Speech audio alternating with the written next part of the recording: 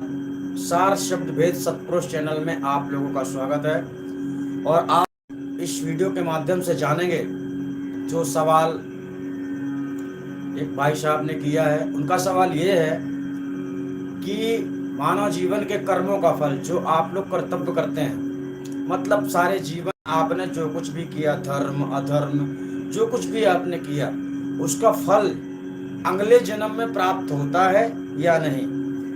बहुत ही अच्छा सवाल भाई साहब ने किया है, क्योंकि हमारे दिमाग में आइडिया ही नहीं आता है कि हम क्या चीज आपको बतलाएं।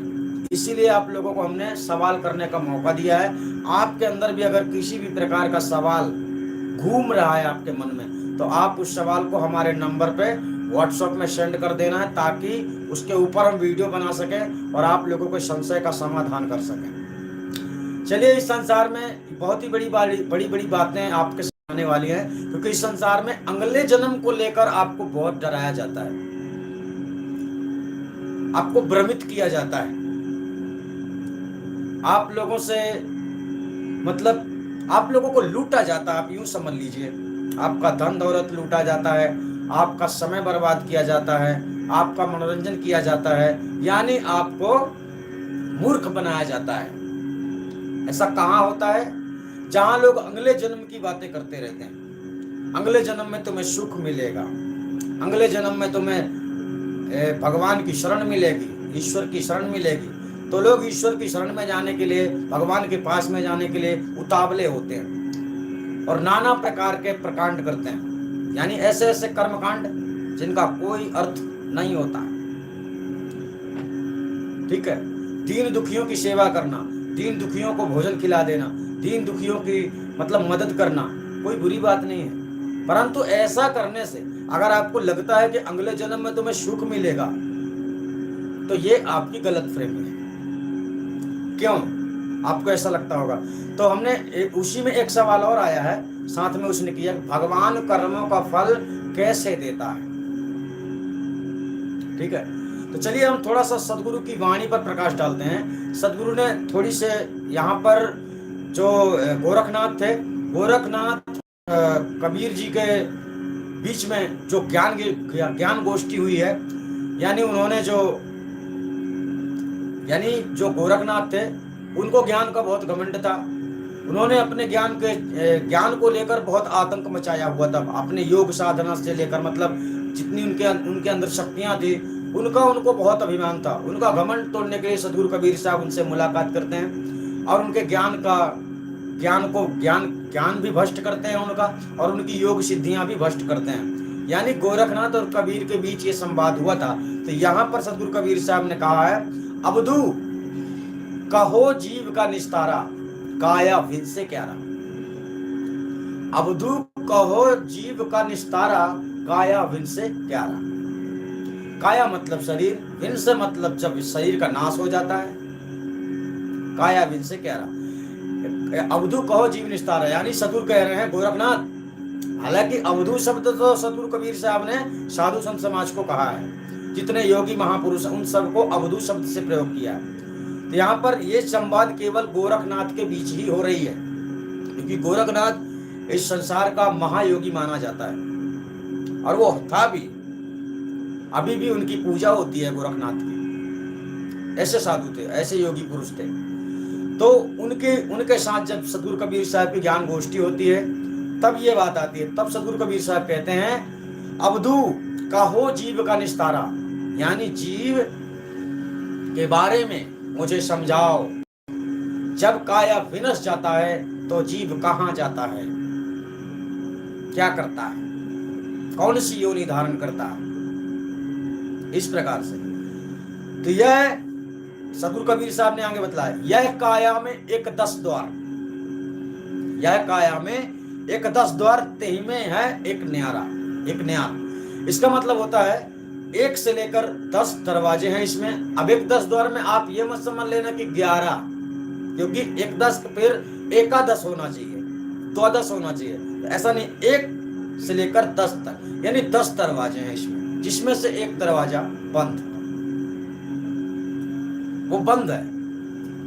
जो प्रैक्टिकल रूप से जिस मार्ग से सुरती आती है, वो दरवाजा बंद है। यानी आत्मा जिस मार्ग से प्रवेश करवाई जाती है वो दरवाजा बंद है। अब आप उसमें से कैसे जाओगे? आपके बस की बात नहीं। तो चलिए, या काया में एक 10 द्वार, या ही में एक न्यार। एक न्यार का मतलब होता है इसी के अंतर रहने वाली एक चेतन आत्मा जो सबसे परे है, सबसे अलग है, यानी वही है अविनाशी सत्ता, जिसे कोई मार नहीं सकता, जिसे कोई पकड़ नहीं सकता, जिसे कोई देख नहीं सकता, जिसे कोई छू नहीं सकता, जिसे कोई अग्नि जला नहीं सकती, कोई औजार उसे काट नहीं सकता। या ही में एक न्यारा, इस काया के अंदर एक न्यारा है और वो है आत्मा, चेतन आत्मा, शुद्ध आत्मा। पर अज्ञानवश वह आत्मा इस शरीर में रहकर बुरे कर्म यानी पाखंडी गुरुओं की शरण में जाकर नाना प्रकार के आडंबरों वाला ज्ञान आप लोग स्वीकार कर लेते हैं और यही करते रहते हैं जिसका कोई सार होता नहीं। ठीक है, आगे शब्द क्या कहता है?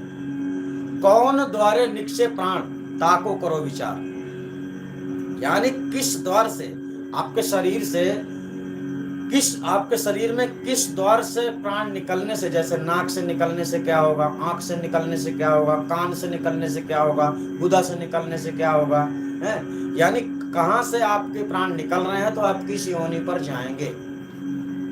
सबसे पहली ये बात है। तो सदगुरु कबीर साहब को गोरखनाथ क्या जवाब देते हैं? तुम तो साहेब सब घट व्यापक, तुम ही सकल पसारा। जब गोरखनाथ कबीर साहब से हार जाते हैं तो कबीर साहब उनको भगवान की पदवी दे देते हैं, ईश्वर की पदवी दे देते हैं कि तुम ही सकल पसारा, यानी वो समझ गए कि ये परमात्मा सत्ता ही होगी। हालांकि सदगुरु कबीर साहब परमात्मा का पद रखते हैं पर वो परमात्मा है नहीं दरअसल, क्योंकि कबीर साहब ने सदगुरु कबीर साहब ने इस संसार में आए सदगुरु बनकर और ज्ञान दिया, संसार को प्रचार किया, तो उन्होंने कुछ किया। जहां बात परमात्मा की आती है तो वो तो निर्विकार है, उसके अंदर कोई विकार उत्पन्न नहीं होते, इसलिए कबीर साहब परमात्मा नहीं माने जाते। उन्हें स्वयं सिद्ध आत्मा कहा जाता है, जो स्वयं की मर्जी से आते हैं और स्वयं की मर्जी से चले जाते हैं, संसार में ज्ञान का बीज बोकर निकल जाते हैं। तो इसी प्रकार से तो यहां पर गोरखनाथ कहते हैं तुम ही साहेब सब घट व्यापक, तुम रहो सकल पसारा, इतना मुझ में था नहीं है, तुम ही करो विचारा। मतलब जब सदगुरु कबीर साहब ने ऐसा पूछा, ज्ञान चर्चा की बातें हो रही ना, तो गोरखनाथ कह रहे हैं इतना मुझ में था नहीं, इतना समझ लेने की मुझ में क्षमता नहीं, इतनी ताकत, इतना ज्ञान विवेक मेरे पास नहीं है, तो आप ही विचार करिए, आप ही विचार कर मुझे बताइए। तब सदगुरु कबीर साहब यहाँ पर जवाब देते हैं। तो हम ये वाणी आपको प्रस्तुत नहीं कर रहे हैं, केवल इतना संवाद आपको बतला रहे हैं। ये वाणी हम आपको डालेंगे, आप लोगों के पास आएगी, और जिस दिन आएगी तो उस दिन आपको काफी इससे रहस्य मिलेगा। मतलब किस द्वार से निकलने के बाद जीव किस योनि पर जाता है, कौन सी योनि उसको प्राप्त होती है। चलिए इन बातों को हटाकर आप पॉइंट पे आते हैं। पॉइंट ये था कि मानव जीवन के कर्मों का फल, हेलो खुश रहो बेटा, सवाल ये था जीवन के कर्मों के फल अगले जन्म में, इस जन्म के कर्मों के फल अगले जन्म में मिलते हैं या नहीं। तो इसका अर्थ है नहीं। अब आप सोचते होंगे क्यों? अब आप समझ जाएंगे कि अगर इस जन्मों का कर्मों का फल हमें अगले जन्म में नहीं मिल रहा है तो फिर अगले जन्म के लिए हम इस जन्म में क्यों करें? नहीं करना चाहिए। अगला जन्म है क्या आपको तो ये भी नहीं पता है ना। तो अगले जन्म का फल भी आपको इस जन्म में नहीं मिला है और इस जन्म का फल भी आपको अगले जन्म में नहीं मिलेगा। दोनों बातें ध्यान रखना, अभी हम समझाते हैं आपको। हेलो हेलो, खुश रहो। दोनों बातें अच्छे समझना। अगले जन्मों का कर्मों का फल भी आपको इस जन्म में नहीं मिलेगा, इस जन्म का कर्म का फल आपको उस जन्म में नहीं मिलेगा। तो चलिए मिलता क्या है? जीते जी आपने जब से जन्म लिया, जब से आप संसार में आए, जब से आप धराधाम में आए, पले बड़े, कर्म किए, अच्छे किए, बुरे किए, जो भी आपने किया, धर्म किया, अधर्म किया, पाप किया, पुण्य किया, जो भी किया आपने, जितना भी किया, आपके इन कर्मों का फल क्या होता है? किसी भी प्रकार के आप कर्म करते हैं, उन कर्मों का फल आपको क्या मिलता है अगले जन्म में? तो आपका अगला जो जन्म होता है, इस जन्म के बाद आपका जो अगला जन्म होता है, वही जन्म इन जन्मों के कर्मों का फल होता है। क्योंकि इस जन्म में अभी आप मनुष्य का तन प्राप्त किए हैं, तो मनुष्य के तन के कर्मों का फल मनुष्य के शरीर रहते ही आपको मिल जाएगा। अब उसमें से जो बचता है पुण्य, अधर्म, धर्म, परिणाम, उसके अनुसार आपको अगर कुछ लेखा देखा देना रह गया है तो आपको दूसरी योनि उसी तरीके से मिलती है। दूसरी योनि, जो दूसरा शरीर आपको मिलने वाला है, वो शरीर आपके इस जीवन के कर्मों का फल है। वहां से फिर दूसरे कर्तव्य शुरू हो जाते हैं। मनुष्य कर्म करने ही तो आया है। आप क्या करने आए? कर्म करने ही आए। आपके पास कर्म करने के लिए कुछ नहीं बचा था, इसलिए मनुष्य का तन प्राप्त हुआ कर्म करने के लिए। कौन सा कर्म करना है, अब ये आपको विचार करना है। तो इसीलिए साहब ने कहा, बने तो कुछ भजन कर ले, वही एक साथ जाएगा। गया अवसर नहीं तेरे, वो हरगिज हाथ आएगा। दीवाना बन के दुनिया में समय अनमोल होता है, दिए लाखों के दौलत भी तो एक पल रह न पाएगा। तो इसीलिए कहते हैं कर्म करने के लिए तुम आए हो। कौन सा कर्म करना चाहिए, कौन सा कर्म नहीं करना चाहिए? तो आपका मानव जीवन का जो कर्तव्य है, मानव जीवन का जो कर्म है, वो है सदगुरु की खोज करके, सदगुरु की शरण लेकर, सदगुरु की सेवा करके अपने आत्म कल्याण रूपी ज्ञान प्राप्त करना सबसे बड़ा कर्तव्य है।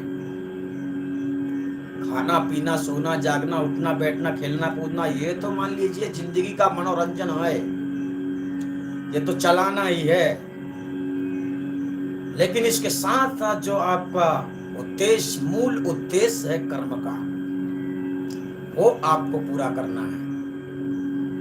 अगर आपने वो पूरा नहीं किया, वो कर्म नहीं किया, तो फिर आपके जीवन के इस जीवन का प्राप्त करने का कोई अर्थ हुआ नहीं। जैसे नहीं कहते मानव का जीवन श्रेष्ठ होता है, मतलब मोक्ष के लिए होता है, भक्ति करने के लिए होता है।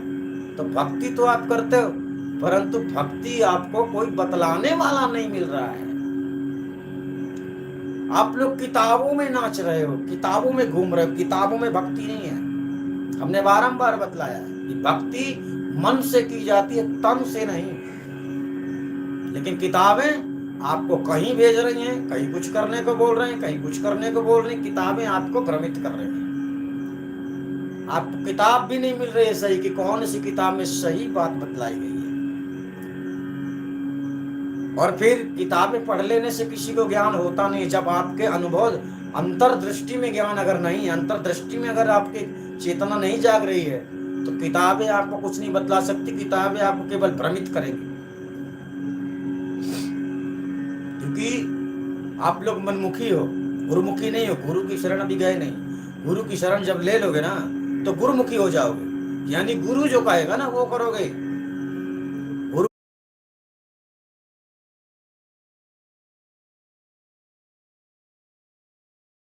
गुरुमुखी हो जाओगे, यानी गुरु जो कहेगा ना वो करोगे।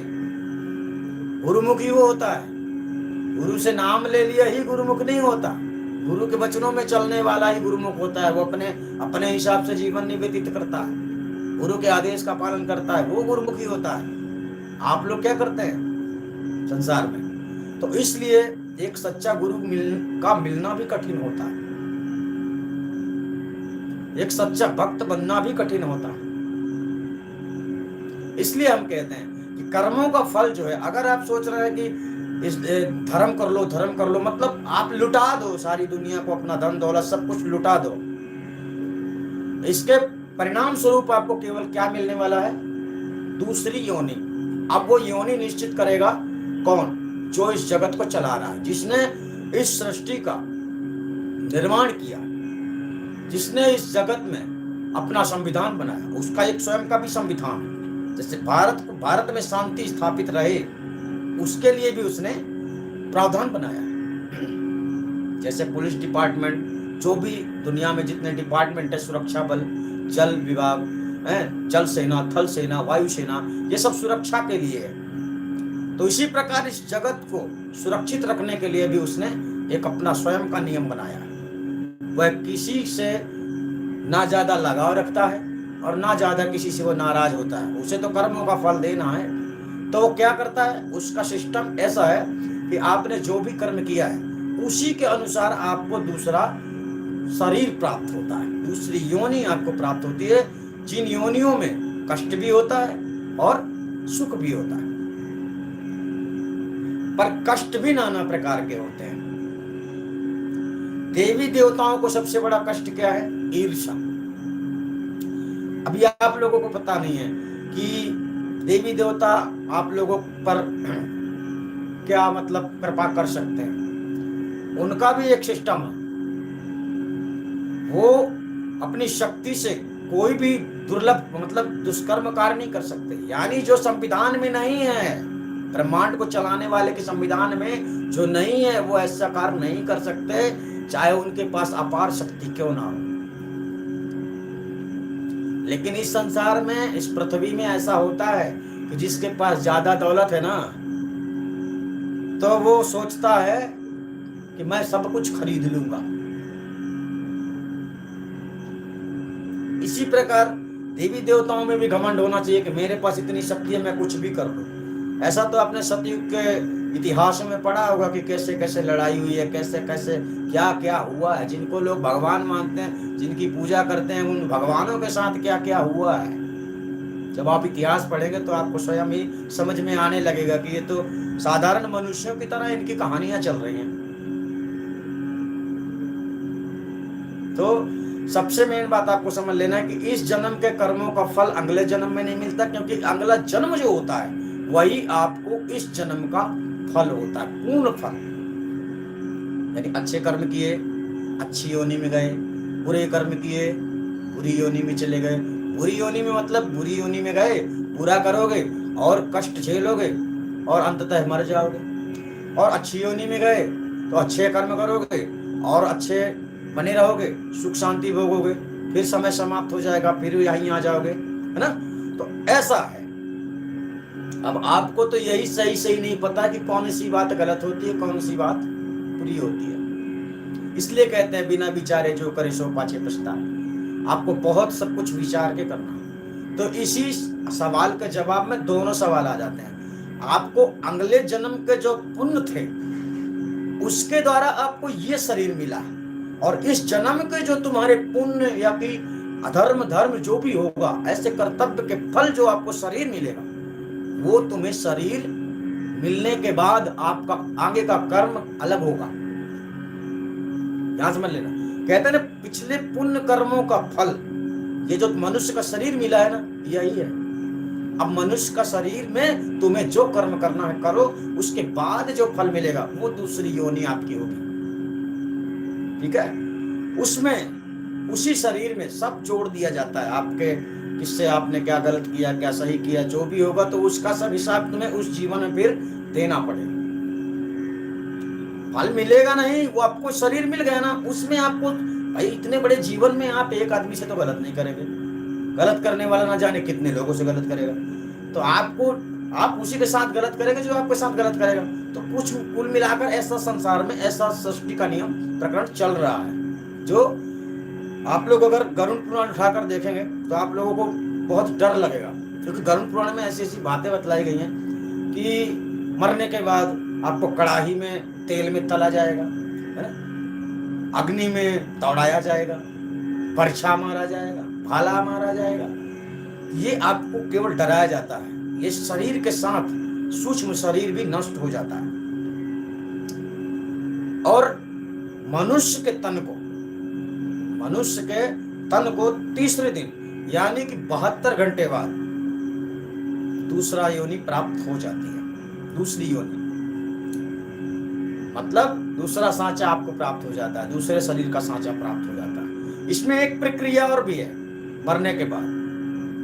सदगुरु कबीर साहब ने अपनी वाणी में दर्शाया है, एक रहस्य है ऐसा कि अगर आप इस जीवन में मनुष्य हो यानी इंसान हो तो आप अगले जन्म में औरत भी बन सकते हो, लेकिन ऐसा केवल उसी के साथ हो सकता है जो कबीर के ज्ञान में चल रहा है, क्योंकि कबीर के ज्ञान में भक्ति का बहुत महत्व है। अगर आप कबीर पंथ में उतर आए हैं तो आपको सच्चे दरवाजे तक जाना होगा, सच्चे दरवाजे तक जाने का आपको मौका मिलेगा, क्योंकि यह एक सत्य पंथ है।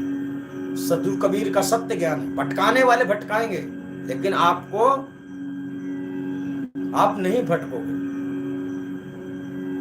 क्योंकि आपका मन कबीर में लग गया है, कबीर के ज्ञान में लग गया है। इसलिए कबीर का ज्ञान आपको अनुमति देगा पुनः मानव शरीर धारण करने का, लेकिन ये ऑटोमेटिक नहीं होगा। इसमें भी एक भेद है कि ऐसा क्या होगा, ऐसा क्या करना होगा कि आपको अभी आप पुरुष हो तो अगले जन्म में आप स्त्री हो जाओगे, अगर आप अभी स्त्री हो तो अगले जन्म में पुरुष हो जाओगे। यानी कबीर पंथ में आने वाला शख्स अगर इस भेद को जानता है तो वो मनुष्य मोक्ष प्राप्त करके ही दम लेगा। यानी ये गारंटी नहीं है कि इसी जन्म में आपका मोक्ष हो जाएगा। मोक्ष तो आपका तभी होगा जब आप सच्ची लगन से अपने मन में जब आप वो चीजें लाओगे अमल में जो सदगुरु कबीर साहब ने गहराई से बतलाई है, तभी आपका मोक्ष संभव है। इतना सरल नहीं है। हम आप लोगों को डरा नहीं रहे, एक सच्ची बात आपको बतला रहे हैं। सदगुरु कबीर साहब ने बिरला कहा है। बिरला का मतलब करोड़ों में एक होता है, अरबों में एक होता है। इतनी बड़ी दुनिया है, उनमें से हजारों लाखों करोड़ों भक्त नहीं है सच्चे जो इस मार्ग पे चल सकें। सच्चा भक्त इस तरह का होना चाहिए कि अगर उसे गर्दन देनी पड़ जाए तो तत्काल गर्दन दे देगा उस ज्ञान को प्राप्त करने के लिए। इस प्रकार अटल सिद्धांत होना चाहिए। और सबसे बड़ा खेल है आपको मन एवं विवेक, बुद्धि, इन 3-4 चीजों को ध्यान में रखते हुए भक्ति करना है। भक्ति करने के लिए आपको कोई पहाड़ नहीं उठा लेना है साधारण काम, लेकिन मन को इस संसार से हटाना थोड़ा दुष्कर कार्य है, थोड़ा कठिन कार्य है। मान लीजिए हमारे चोट लगी है, हमें उस चोट का एहसास नहीं है। जब ऐसा आपके साथ होने लगे तब आप समझना आप काबिलियत में जा रहे हैं। आपको दर्द है, पीड़ा है, लेकिन आपके पास गुरु है, आपका गुरु है, आपको ज्ञान प्राप्त होने वाला है या कि हो गया है। जिसको हो गया है तो उसे तो निश्चिंत रहना चाहिए। ये काया का विनाश तो होना ही है। इसके दुख दर्दों को, इस शरीर में होने वाले दुख दर्द पर विचार करना ही बेकार की बात है। अगर आप परमात्मा के सच्चे भक्त हैं तो, क्योंकि इससे मोह हट जाना चाहिए, इस शरीर से मोह खत्म हो जाना चाहिए जब हम मुक्ति के मार्ग में आगे बढ़ रहे हैं तो। और अगर इस शरीर से ही मोह खत्म नहीं हुआ, अभी इस शरीर को तो छोड़ो, लोग पहले आगे दौड़ते हैं, मेरा बच्चा है, मेरा भाई है, मेरा काका है, मेरा दादा है, मेरा बाबा है, मेरा रिश्तेदार है।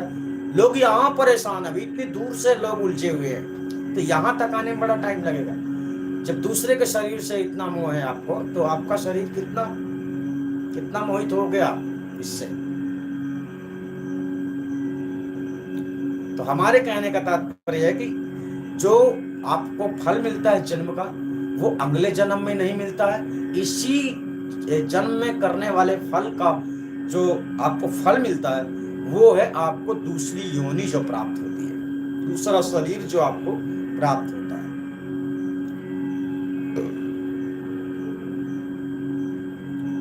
और उस जन्म में फिर आप अपने जो भी कर्म फल होते हैं, वो शरीर ही तो फल है। आपका शरीर मिल गया ना, तो अब शेर का शरीर पाया है तो आप रोटी सब्जी तो खाओगे नहीं, किसी का शिकार करोगे, किसी का वध करोगे, उसको खाओगे। है ना। सर्प का तुम्हें मतलब योनि प्राप्त हो गई तो मेढक ली लोगे, किसी को डसोगे, है ना। जो भी आपको योनि प्राप्त होगी, हिरण का मिल गया तो बन बन भटकोगे, हैं। शेर चीता आप लोगों को दौड़ा दौड़ा कर मारेंगे, खाएंगे। यही सब वो योनि ही उसी योनि में सब प्राप्त हो जाता है, समझे, एक साथ। अच्छे कर्म किए अच्छी योनि मिली, राज करोगे। बुरे कर्म किए बुरी योनि मिलेगी, तड़पते रहोगे। इस प्रकार से भगवान सृष्टिकर्ता जगत के नियमों को चलाता है और इसी प्रकार से वो सबके साथ न्याय करता है, वो अन्याय नहीं करता है। बाकी बस बात यही है कि भटका तो वो खुद ही है, वो दूसरे को न्याय कर रहा है, उसका न्याय करने वाला कोई नहीं है, क्योंकि वो भी अभिमान बस जी रहा है। उसे लगता है कि मुझसे बड़ा कोई नहीं है। इसीलिए साहब ने वाणी में कहा है, अगुआ भूला ब्रह्म निरंजन जाई आप ईमानी, जाए देखत इच्छा की ना इच्छा थे अभिमानी। यानी जब ब्रह्म निरंजन दिव्य देह धारण करके उत्पन्न होता है तब उसे ऐसा लगता है जबकि उसे उत्पन्न किया जाता है। अब ये वो जानता नहीं कि मुझे किसी ने पैदा किया। ठीक इसी प्रकार ब्रह्मा विष्णु महेश को जब प्रकट किया जाता है और निरंजन जब छुप जाता है तब आद्या शक्ति से ये लोग पूछते हैं कि माता जी हमारे पिता कौन है। तो आद्या शक्ति बताती हैं कि उसका कोई पार पाले किसी में क्षमता नहीं है। तो आप समझ लो, आप ब्रह्म निरंजन का पार नहीं पा सकते तो उस महाचेतन सतपुरुष परमात्मा का पार आप कभी नहीं पा सकते। इसीलिए एक सच्चा भेदी गुरु जो होता है ना, उसमें कितना ज्ञान होता है, कितना विवेक होता है, वो आपको किस मार्ग से ले जाता है ये तो सिर्फ वही जानता है। इसलिए आदि अनादि मुक्ति पंथ में रखे गए जो नियम है वो थोड़ा कठिन है, परंतु आप सुधर जाएंगे, आप भक्त बन जाएंगे, आप मोक्ष के काबिल बन जाएंगे, यह गारंटी रखता है आदि अनादि मुक्ति पंथ का नियम। ठीक है, तो आप लोग समझ गए होंगे कि इस जन्म का फल अगले जन्म में नहीं मिलता है, अगला जन्म ही इस जन्म का फल होता है। पुण्य जन्म पिछले पूर्व के जो आपके कर्म आपने किए होंगे उन पुण्य कर्मों का फल आपको ये मानव तन मिला है। ठीक है, अब मानव तन का कर्म क्या है वो आपको करना है। ठीक है, आप लोग समझ गए होंगे। हम आशा रखते हैं कि आप लोगों को वीडियो अच्छी लगी होगी। आप इस वीडियो को ज्यादा से ज्यादा शेयर करें ताकि सोए हुए मानव जाग जाए। यानी भक्त समाज तो जाग ही जाए, मानव तो जाग ही रहा है, लेकिन भक्त समाज जाग जाए, क्योंकि भक्तों के लिए बहुत विशेष बातें हैं।